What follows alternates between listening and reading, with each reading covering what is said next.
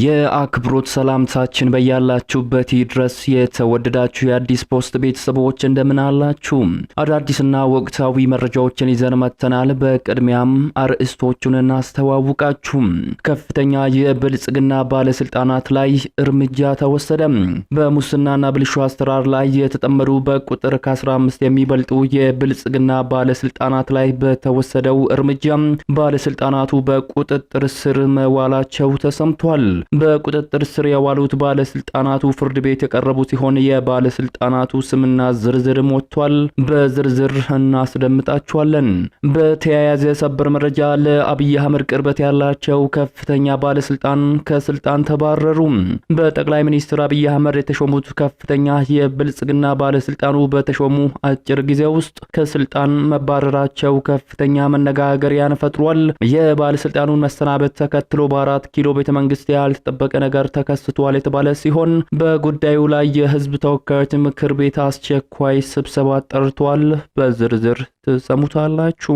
በሌላ ሰበር መረጃ የፋኖ ኃይሎች ከከባድ ተጋድሎ በኋላ ወደ አዲስ አበባ የሚወስደውን ዋና መንገድ ሙሉ በሙሉ ተቆጣጠሩ። ተዋጊዎቹ ዋና መንገዱን ከመቆጣጠራቸው አስቀድሞ የመንግስት ኃይሎች ላይ ከባድ ኦፕሬሽን መፈጸማቸውም ተሰምቷል። በሌላ በኩል ከአዲስ አበባ ወደ አማራ ክልል ሲጓዙ የነበሩ ተጓዦች ላይ በተፈጸመ ጥቃት በርካታ ሰዎች መገደላቸውና መታገታቸው ተሰምቷል። በዝርዝር እንመለከተዋለን። በሌላ ሰበር መረጃ ፕሬዝዳንት ዶናልድ ትራምፕ የቬንዙዌላ ፕሬዝዳንት ላይ የወሰዱትን እርምጃ የአፍሪካ ሀገራት ላይ ሊደግሙት ይችላሉ የሚል ከፍተኛ ስጋት መፈጠሩ ተሰምቷል። የፕሬዝዳንት ትራምፕ እርምጃን ለመመከት የአፍሪካ መሪዎች በአንድነት እንዲቆሙ ጥሪም ቀርቧል። በዝርዝር የምንመለከተው ሌላኛው መረጃችን ነው። በሌላ በኩል ከፍተኛ ባለስልጣኑ ላይ የግድያ ሙከራ መደረጉ ተሰማ። የግድያ ሙከራ የተደረገባቸው ከፍተኛ ባለስልጣን በተፈጸመባቸው ጥቃት ተጎድተው ሆስፒታል መግባታቸው ተገልጿል። የግድያ ሙከራውን በተመለከተ መንግስት እጅግ አነጋጋሪ መግለጫን አውጥቷል። ሌላኛው በዝርዝር የምንመለከተው መረጃችን ነው። የተወደዳችሁ የሚዲያችን ቤተሰቦች እነዚህንና ሌሎች በርካታ ያልተሰሙ መረጃዎች በዚህ ሰዓት የመረጃ ጊዜ በዝርዝር ወደ እናንተ ይቀርባሉ። እንደተለመደው ይህንን ቪዲዮ ላይክ እና ሼር በማድረግ ጀምሩ። አዲስ የሆናችሁ ሰብስክራይብ በማድረግ አዳዲስና ወቅታዊ መረጃዎችን ያግኙ። አሁን ወደ ዝርዝር ጉዳዮቹ ነው የምናመራው። በቅድሚያም ዶናልድ ትራምፕ የቬንዙዌላ ፕሬዝዳንት ላይ የወሰዱትን እርምጃ የአፍሪካ ሀገራት ላይ ሊደግሙት ይችላሉ የሚል ከፍተኛ ስጋት መፈጠሩ ተሰማም። የአሜሪካው ፕሬዝዳንት ዶናልድ ትራምፕ ከሰሞኑ የቬንዙዌላው ፕሬዝዳንት በአሜሪካ ወታደሮች ታስረው እስር ቤት እንዲወረወሩ ያደረጉ ሲሆን በአንዳንድ የአፍሪካ መሪዎች ላይ ይህንን እርምጃ ሊወስዱት ይችላሉ የሚሉ መረጃዎች በስፋት እየተሰራጩ መመልከት ተችሏል። የፕሬዝዳንት ትራምፕን እርምጃ ለመመከት የአፍሪካ መሪዎች በአንድነት መቆም አለብን ሲሉ የዩጋንዳው ፕሬዝዳንት ጥሪ አቅርበዋል። የዩጋንዳው ፕሬዝዳንት ዩሪ ሙሴቬኒ አሜሪካ በቬንዙዌላ ላይ የወሰደችው እርምጃ ለአፍሪካውያን ማንቂያ ደውል መሆኑን ገልጸው አፍሪካውያን የሀገራቸውን ደህንነት ለመጠበቅ በአንድነት መቆም እንዳለባቸው አሳስበዋል። የ82 ዓመቱና በድጋሚ ምርጫ ለመወዳደር ዝግጁ የሆኑት ፕሬዝዳንቱ በካምፓላ ለወጣቶች ባደረጉት ንግግር በትራምፕና በማዱሮ መካከል ምን እንደተፈጠረ አላውቅም፣ ነገር ግን የሆነውን እየተከታተልን ነው። ከዚህ ትልቅ ትምህርት መውሰድ ይገባናል ብለዋል። ሙሴቬኒ ንግግራቸውን በመቀጠል አሜሪካውያን በባህርና በአየር ጠንካራ ቢሆኑም በምድር ጦር ግን ያን ያህል አይደሉም ሲሉ ተደምጠዋል። ጨምሮም ኡጋንዳ ራሷን ከየትኛውም ኃይል ለመከላከል የሚያስችል በቂ የጦር መሳሪያ እውቀትና ልምድ እንዳላት አስታውቀዋል። ትናንሽና ደካማ ሀገራት በታሪክ በትልልቅ ሀገራት ለመጠቃት እንደሚጋለጡ የጠቀሱት ሙሴቬኒ ሲቀጥሉም እንደ ዴንማርክ የመሳሰሉ ትንንሽ ሀገራት የስበት ማዕከል አላቸው።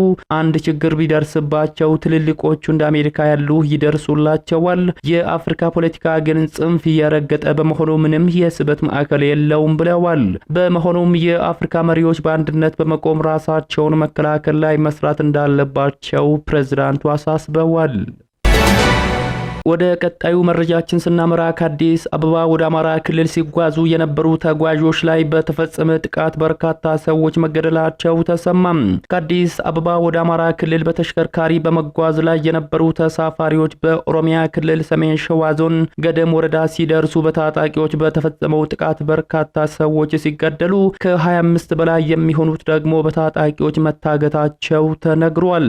ከአዲስ አበባ ወደ አማራ ክልል ሲጓዙ በነበሩ መንገደኞች ላይ ደገም ወረዳም አሊዶሮና ኢስት አፍሪካ ሲሚንቶ ፋብሪካ አቅራቢያ በታጣቂዎች ጥቃት እንደደረሰባቸው ከስፍራው የተገኘው መረጃ ያመለክታል። ጥቃቱ በ3 ተሽከርካሪዎች ላይ የተሰነዘረው ትላንት ታህሳስ 27 ቀን 2018 ከቀኑ 6 ሰዓት ላይ የተፈጸመ መሆኑ ታውቋል። በታጣቂዎቹ ጥቃት የ6 ሰዎች ሕይወት ማለፉ የተነገረ ሲሆን ከ10 በላይ የሚሆኑት መንገደኞች ሆስፒታል ሕክምና ላይ ናቸው ተብሏል። ከ25 በላይ ሰዎች ደግሞ በታጣቂዎች ታግተው ስለመወሰዳቸው የዓይን እማኞች ጠቁመዋል።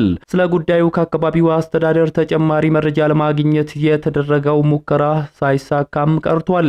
ከቅርብ ጊዜ ወዲህ የጸጥታ ኃይሎች እጀባ ተጀምሮ ስለነበር በተሳፋሪዎች ላይ የሚደርሰው ጉዳት ቆሞ የነበረ ሲሆን የዛሬው ክስተት እንዴት እንደተፈጸመ ግን ለማወቅ አልተቻለም።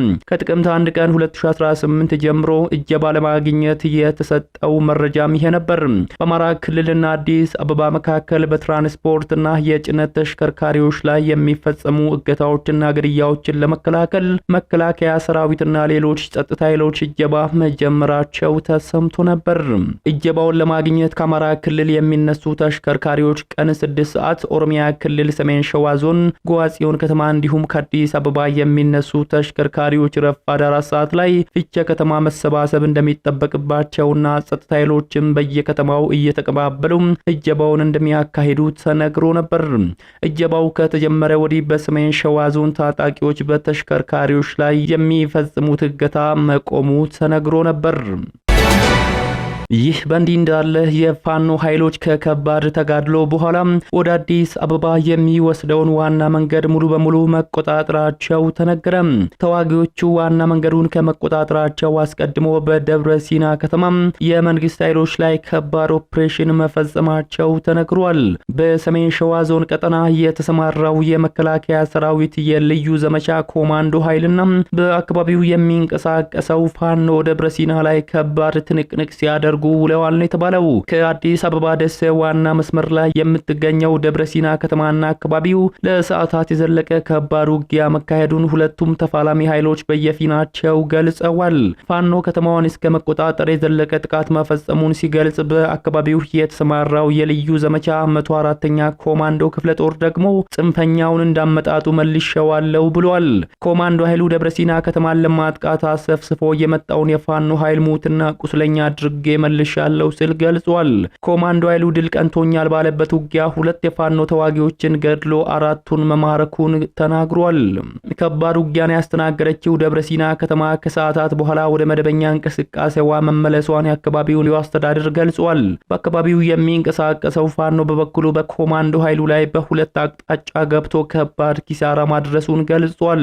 የፋኖ ታጣቂዎች በከፈቱት ድንገተኛ ጥቃት ደብረ ሲና ከተማን ከተቆጣጠሩ በኋላ ለቀው መውጣታቸው ገልጸዋል። ሁለቱም ተፋላሚ ኃይሎች በየፊናቸው ድል ቀንቶናል ባሉበት በከባድ ውጊያ ደብረ ሲና ስትናጥ ውላለች ነው የተባለው።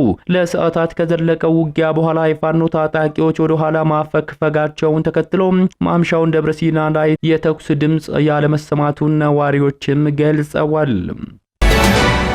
ወደ ሌላኛው መረጃችን ስናመራ ከፍተኛ ባለስልጣኑ ከስልጣን ተባረሩ። በጠቅላይ ሚኒስትር አብይ አህመድ የተሾሙት ከፍተኛ የብልጽግና ባለስልጣኑ በተሾሙት አጭር ጊዜ ውስጥ ከስልጣን መባረራቸው ከፍተኛ መነጋገሪያን ፈጥሯል። የባለስልጣኑን መሰናበት ተከትሎ በ4 ኪሎ ቤተ መንግስት ያልተጠበቀ ነገር ተከስቷል የተባለ ሲሆን በጉዳዩ ላይ የህዝብ ተወካዮች ምክር ቤት አስቸኳይ ስብሰባን ጠርቷል። ከተሾሙ 12ኛ ወራቸውን የያዙት የኢትዮጵያ መገናኛ ብዙሃን ብዙሃን ባለስልጣን ዋና ዳይሬክተር ዶክተር ሳምሶን መኮንን ናቸው ከኃላፊነታቸው የተሰናበቱት። የኢትዮጵያ መገናኛ ብዙሃን ባለስልጣንን የሚያቋቁመው አዋጅ የባለስልጣኑ ዋና ዳይሬክተር በጠቅላይ ሚኒስትሩ እጩ አቅራቢነት በህዝብ ተወካዮች ምክር ቤት እንደሚሾሙ ይደነግጋል። በዚሁ መሰረት ጠቅላይ ሚኒስትር አብይ አህመድ ታህሳስ 23 ቀን 2018 ዓ.ም ለምክር ቤቱ በላኩት ደብዳቤ አቶ ሳምሶንን የሚተኩ እጩ ተሿሚ ማቅረባቸውን ሪፖርተር ጋዜጣ ዘግቧል። ጠቅላይ ሚኒስትሩ ለምክር ቤቱ በላኩት ደብዳቤ ወይዘሮ ሃይማኖት ዘለቀ የባለስልጣኑ ዋና ዳይሬክተር ሆነው እንዲሾሙ እጠይቃለሁ ብለዋል። የህዝብ ተወካዮች ምክር ቤት በትላንትናው ዕለት ለዛሬ በጠራው ስብሰባ የኢትዮጵያ መገናኛ ብዙሃን ባለስልጣን ዋና ዳይሬክተርና የፌደራል ከፍተኛ ፍርድ ቤት እጩ ዳኞችን ሹመት መርምሮ አጽድቋል። የጠቅላይ ሚኒስትሩ ደብዳቤ በስራ ላይ የሚገኙት የባለስልጣኑ ዋና ዳይሬክተር ዶክተር ሳምሶን መኮንን ከኃላፊነታቸው የተሰናበቱበትን ምክንያት በግልጽ አላብራራም። ወይዘሮ ሃይማኖት እስከ ቅርብ ጊዜ ድረስ በአዲስ አበባ ከተማ አስተዳደር ስራ አስኪያጅ ጽህፈት ቤት በምክትል ቢሮ ኃላፊ ማዕረግ የኮሙኒኬሽን ዘርፍ ኃላፊ በመሆን ያገለገሉ ሲሆን ከዚህ ቀደም ደግሞ በመንግስት ኮሙኒኬሽን ጉዳዮች ጽህፈት ቤት በዳይሬክተርነት እንዲሁም በኢትዮጵያ ዜና አገልግሎት በከፍተኛ አዘጋጅነት ያገለገሉ ናቸው። በሌላ ሰበር መረጃ ከፍተኛ የመንግስት ባለስልጣናት ላይ እርምጃ ተወሰደ። በሙስናና ብልሹ አሰራር ላይ የተጠመዱ በቁጥር ከ15 የሚበልጡ የብልጽግና ባለስልጣናት ላይ በተወሰደው እርምጃ ባለስልጣናት በቁጥጥር ስር ውለዋል። በቁጥጥር ስር የዋሉት ባለስልጣናት ፍርድ ቤት የቀረቡ ሲሆን እንዲታሰሩም ትዕዛዝ ተላልፎባቸዋል። በወንጀል የተከሰሱ ከፍተኛ ባለስልጣናት ስምና ዝርዝርም ወጥቷል። በቁጥር ከ15 የሚበልጡ የአዲስ አበባ ከተማ አስተዳደር የመንግስት ኃላፊዎች የተከሰሱት በህገወጥ መንገድ ምትክ ቦታ በመስጠት የሙስና ወንጀል በመፈጸማቸው ነው። የልማት ተነሽ ያልሆኑ ግለሰቦችን በማደራጀት በህገወጥ መንገድ ምትክ ቦታ በመስጠትና የካሳ ክፍያ እንዲፈጸም በማድረግ በሙስና ወንጀል የተከሰሱት 15 የመንግስት ባለስልጣናት በፍርድ ቤቱ ጥፋተኛ ተብለው ፍርድ ተላልፎባቸዋል። የጥፋተኝነት ውሳኔውን ያስተላለፈው የፌደራል ከፍተኛ ፍርድ ቤት ልደታ ምድብ 5ኛ የሙስና ጉዳዮች ችሎት ነው። በፍርድ ቤቱ ውሳኔ የተላለፈባቸው ባለስልጣናት መካከል ወይዘሮ ምህረት ደስታም በየካ ክፍለ ከተማ መሬት አስተዳደር የለማ መሬት ዝግጅት የስራ ሂደት መሪና አቶ ዮሐንስ ፈንታ በክፍለ ከተማው መሬት አስተዳደር የመስክ ልኬት ሸንሽኖና ካርታ ዝግጅት ባለሙያን ጨምሮ 15 በዝቅተኛና ከፍተኛ የስልጣን እርከን ላይ የሚገኙ የአዲስ አበባ ከተማ አስተዳደር ሰራተኞች ናቸው። ተከሳሾቹ በየካ ክፍለ ከተማ መሬት አስተዳደር የአርሶ አደር ኮሚቴዎች ሆነው ተመድበው ሲሰሩ በልማት ምክንያት ለሚነሱ ባለ ይዞታዎች የሚሰጥ የካሳና ምትክ መሬት አሰጣጥ ሂደትን ተገን በማድረግ ከይዞታቸው ያልተነሱ ግለሰቦችን በልማት ምክንያት እንደተነሱ በማስመሰል የማይገባ ጥቅም እንዲያገኙ አድርጓል ሲል አቃቢ ሕግ በክሱ ዝርዝር ላይ አስቀምጧል። በሌላ ሰበር መረጃ ከፍተኛ ባለስልጣኑ ላይ የግድያ ሙከራ መደረጉ ተሰማ። የግድያ ሙከራ የተደረገባቸው ከፍተኛ ባለስልጣን በተፈጸመባቸው ጥቃት ተጎድተው ሆስፒታል መግባታቸው ተነግሯል። የግድያ ሙከራውን በተመለከተ መንግስት እጅግ አነጋጋሪ መግለጫን አውጥቷል። በትላንትናው ዕለት የግድያ ሙከራ እንደተፈጸመባቸው የተነገረው ባለስልጣን የሶሪያው ፕሬዝዳንት ናቸው። የሶሪያው ፕሬዝዳንት አህመድ አልአሻር የግድያ ሙከራ እንደተደረገባቸው በስፋት እየተዘገበ ሲሆን በአሁኑ ሰዓት በቱርክ ሕክምና እያደረጉ እንደሆነም ከሶሪያ የዜና ምንጮች መመልከትም ተችሏል። የግድያ ሙከራው በማን እንደተሞከረ ግን የተባለ ነገር የለም። ጀሩሳሌም ፖስት ስለ ጉዳዩ ባወጣው ዘገባ ግን ኢራን የሶሪያውን ፕሬዝዳንት መግደል ትፈልጋለች ሲል በፊት ገጹ ይዞት በወጣው ዘገባ ጠቁሟል። ፕሬዝዳንቱ ከእስራኤል ጋር ያለውን ግንኙነት እየጠበቀ መሆኑን ቴሄራን እንቅልፍ እንደነሳትም ጠቅሷል። ይህንን ተከትሎ አህመድ አልአሻር ራሱንና መንግስቱን ለመጠበቅ ጥብቅ ቁጥጥር እያደረገ እንደሚገኝም ዘግቧል። የተለያዩ ዓለም አቀፍ የዜና ተቋማትና የቴሌግራም ገጾች በፕሬዝዳንቱ ላይ የግድያ ሙከራ እንደተደረገ ሲዘግቡ ቆይተዋል። አንዳንድ መረጃዎች ጥቃቱ የተፈጸመው በሞተር ሳይክል በታጀበ ቦምብ እንደሆነም ገልጸዋል። የሶሪያ ጊዜያዊ መንግስት በጉዳዩ ላይ በሰጠው ምላሽ እነዚህን ዘገባዎች መሰረተ ቢስ ወሬዎች ናቸው ሲል አስተባብሏል። ፕሬዝዳንቱ በሰላም ስራቸውን እያከናወኑ መሆኑን ገልጾ ሶሪያ አሁን ያለችበት የሽግግር ወቅት በመሆኑም መሰል ያልተረጋገጡ መረጃዎችና ፕሮፓጋንዳዎች በስፋት ሊሰራጩ እንደሚችሉ ተንታኞችም እያስጠነቀቁት ነው። የአሁኑ የሶሪያ መሪ አህመድ አልአሻር የባሻር አልአሳድን መንግስት መውደቅን ተከትሎ የሶሪያን የሽግግር መንግስት እንዲመሩ የተሰየሙ ግለሰብ ናቸው። የተወደዳችሁ የሚዲያችን ቤተሰቦች ለሰዓቱ ያዝንላችሁ መረጃዎች የተከታተላችሁትን ይመስሉ ነበር። ከሰዓታት በኋላም በሌሎች አዳዲስ መረጃዎች ዳግም እስከምንገናኝ በያላችሁበት በቸር ቆዩ።